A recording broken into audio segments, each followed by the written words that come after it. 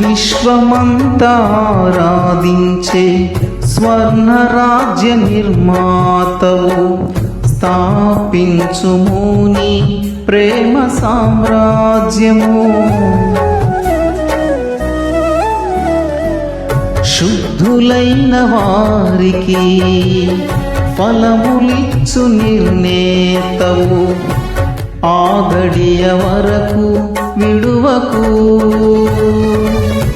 నే వేచియున్నాను నీ రాక కోసమే, శ్రేష్టమైన స్వాస్థ్యం కోసం సిద్ధపరచుమా. నా ఊహలలో ఆశల సౌధం ఇలలో నీవేనయ్యా యేసయ్యా.